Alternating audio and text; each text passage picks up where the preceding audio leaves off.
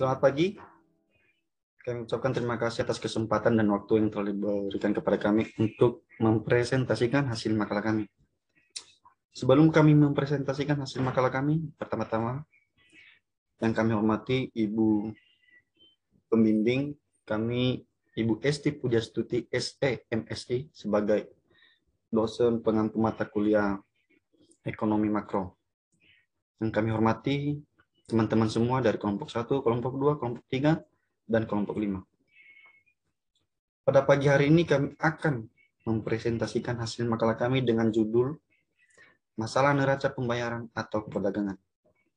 Namun sebelum kami mempresentasikannya, pertama-tama kami akan memperkenalkan diri. Perkenalkan, saya Onesimo Halama, NIM 201315167. Dan adapun teman saya atau kerabat saya dalam kelompok ini, yang pertama Denisa Triputri Sitorus, NIM 20131511689. Yang kedua Amanda, NIM 20131511680. Dan adapun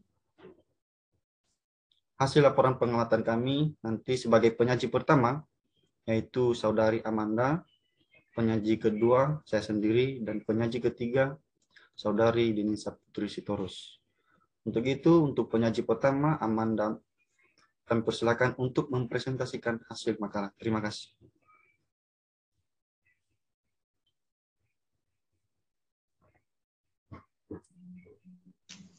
Pengertian neraca perdagangan dan neraca pembayaran. Neraca perdagangan atau balance of trades adalah ikhtisar yang menunjukkan selisih antara nilai transaksi ekspor dan impor suatu dalam jangka waktu tertentu. Neraca pembayaran adalah suatu ikhtisar atau catatan yang dilakukan secara sistematik atas seluruhan transaksi ekonomi yang dilakukan oleh suatu negara dengan negara lain yang berupa perdagangan, barang dan jasa, transfer keuangan dan moneter antara penduduk Indonesia dengan penduduk luar negeri selama satu periode tertentu. Secara sederhana, neraca pembayaran ini merupakan suatu catatan sistematis dalam transaksi ekonomi atau perdagangan internasional yang dilakukan dalam jangka waktu satu periode tertentu. Tujuan dari neraca pembayaran ini sendiri adalah yang pertama untuk mengetahui keadaan perekonomian dalam hubungan internasional suatu negara, yang kedua untuk mengetahui sumber daya yang ada di setiap negara, yang ketiga untuk mengetahui besarnya anggaran devisa yang diperlukan dalam transaksi ekonomi internasional, yang keempat untuk mengetahui langkah-langkah yang harus diambil dalam bidang transaksi ekonomi, yang kelima itu untuk mengetahui permasalahan ekonomi dalam negeri yang ada pada suatu negara. Tujuan dari neraca pembayaran ini sendiri yaitu sebagai alat untuk mengukur kondisi ekonomi yang terkait dengan perdagangan internasional dari suatu negara dan sebagai alat untuk melihat gambaran pengaruh transaksi luar negeri terhadap pendapatan nasional negara yang bersangkutan. Manfaat dari neraca pembayaran yaitu sebagai alat pembukuan, yang kedua sebagai alat pengukur kondisi ekonomi, yang ketiga sebagai alat untuk memperoleh informasi mengenai perdagangan, yang keempat sebagai alat untuk memperbandingkan pos-pos dalam neraca pembayaran, yang kelima sebagai alat kebijakan moneter, yang keenam mengetahui posisi keuangan dan lain sebagainya.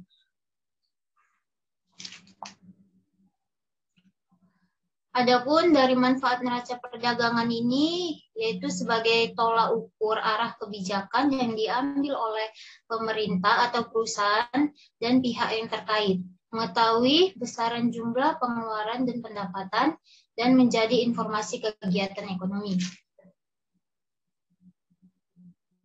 Transaksi dari neraca pembayaran itu sendiri dibagi menjadi 3. Yang pertama transaksi berjalan, yang kedua ada transaksi modal, dan yang ketiga itu transaksi finansial.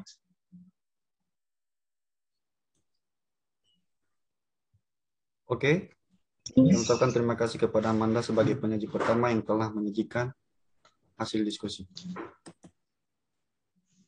Oke, saya sebagai penyaji kedua akan menyajikan hasil makalah kami. Jenis-jenis neraca perdagangan. Ada terbagi 3. Yang pertama, neraca perdagangan surplus. Yang kedua, neraca perdagangan defisit.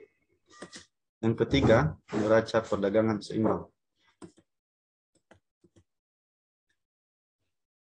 Posisi neraca perdagangan dibagi atas 3 jenis, yaitu yang pertama, neraca perdagangan aktif, yaitu jumlah kondisi perdagangan ekspor jauh lebih besar daripada jumlah kondisi perdagangan impor.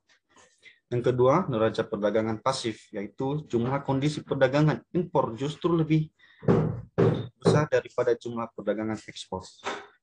Neraca perdagangan seimbang adalah jumlah kondisi perdagangan impor sama besar dengan jumlah perdagangan ekspor.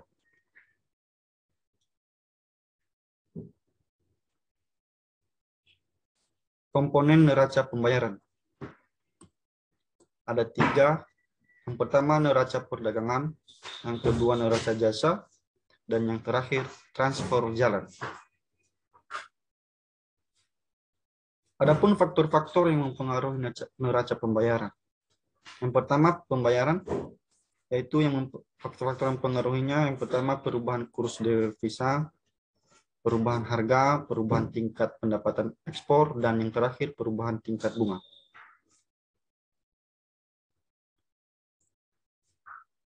Faktor-faktor yang mempengaruhi neraca perdagangan. Yang pertama, pertumbuhan ekonomi dan pendapatan, nilai tukar, daya saing produk, biaya produksi, biaya dan ketersediaan bahan baku, dan harga pokok produksi. Dan yang selanjutnya akan dipresentasikan oleh penyaji kami yang ketiga, yaitu kepada Saudari Denisa Putri Sitorus. Kami persilakan. Oke, di sini ada bentuk laporan perdagangan sampai bulan Agustus. Di mana di sini neraca perdagangan luar negeri Sumatera Utara di bulan Agustus 2021 mengalami surplus sebesar 692,29 juta dolar. Naik menjadi 20,18% dibandingkan bulan sebelumnya sebesar 576,0,6 juta dolar. Di sini dibilang neraca ini dibandingkan bulan yang sama dengan tahun sebelumnya mengalami kenaikan dari 83,009%, yaitu 378,11 juta dolar pada bulan Agustus 2020 menjadi 692,29 juta dolar di bulan Agustus juga di tahun 2021.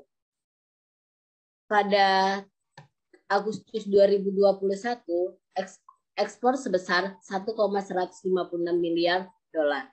Sedangkan impor di sini 198,151 juta dolar. Sehingga selisihnya 692,260 juta dolar.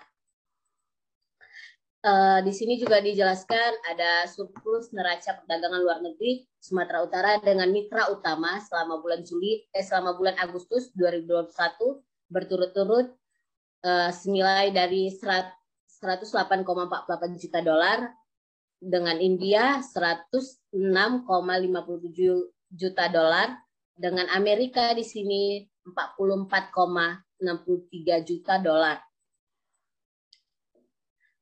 Senilai 44,0,5 juta dolar dengan Belanda. Di sini Malaysia 32,40 juta dolar dan 31,27 juta dolar ini negara Rusia.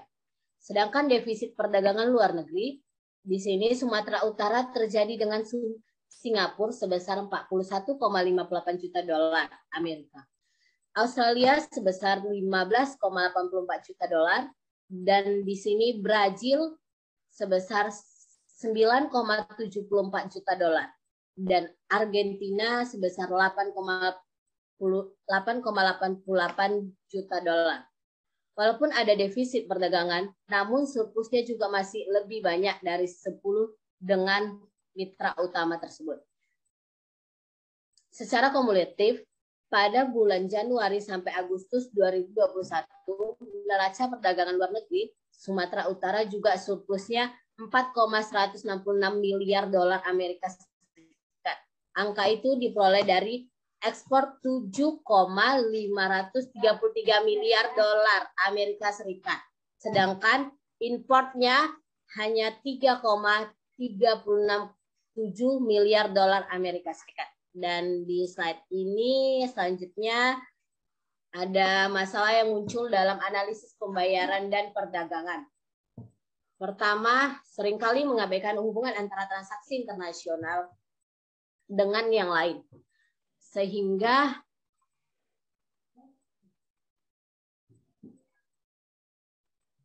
nggak cukup waktunya. Lanjut lagi. Di sini masalah yang muncul dalam analisa pembayaran dan perdagangan. Yang pertama, seringkali kita mengabaikan hubungan antara transaksi internasional yang satu dengan yang lain. Sehingga terjadi ketidakseimbangan dalam neraca pembayaran diasosiasikan satu transaksi tanpa melihat hubungannya dengan yang lain.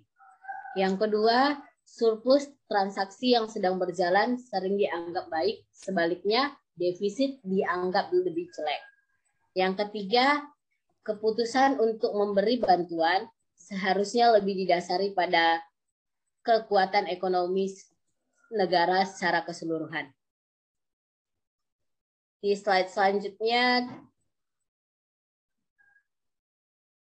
ada pengaruh masalah neraca perdagangan dan pembayaran terhadap kegiatan ekonomi. Yang pertama, pengaruh dari tingkat harga. Yang kedua, tingkat kurs. Yang ketiga, sektor moneter. Yang selanjutnya ada langkah-langkah pemerintah dalam menyelesaikan masalah neraca pembayaran dan neraca perdagangan dan pembayaran.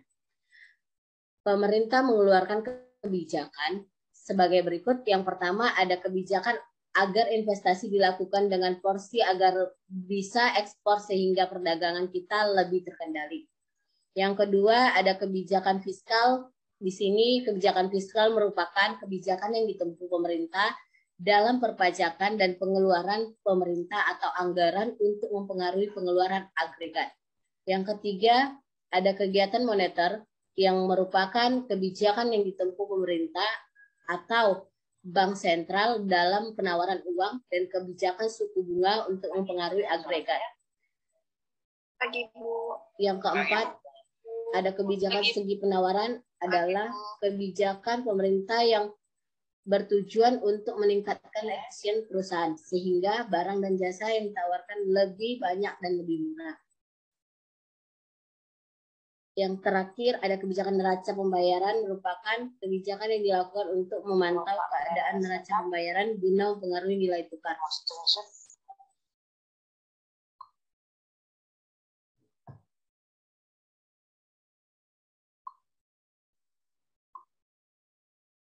Iya. Oke, yang di sini kita udah capai kesimpulan. Pengaruh masalah neraca perdagangan dan pembayaran terhadap kegiatan ekonomi yaitu pertama pengaruhnya dari tingkat harga, yang kedua tingkat kurs, yang ketiga sektor moneter. Neraca perdagangan atau balance of trade adalah ikhtisar yang menunjukkan selisih antara nilai transaksi ekspor dan import suatu negara dalam jangka waktu tertentu. Neraca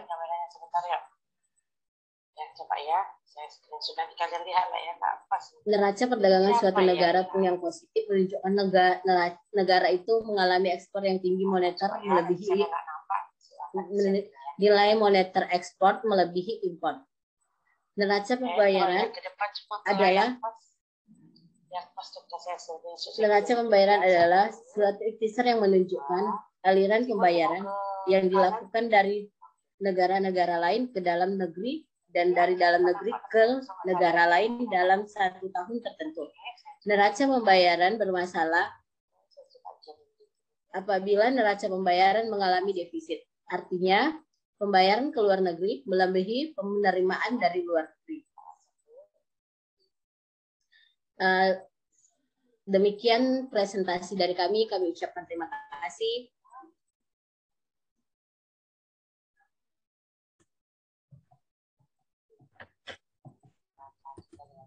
Oke, terima kasih buat Denis yang telah mempresentasikan makalah.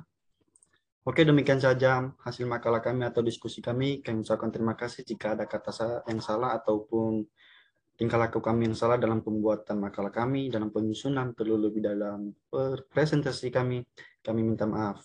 Terima kasih, kami ucapkan terima kasih. Selamat pagi.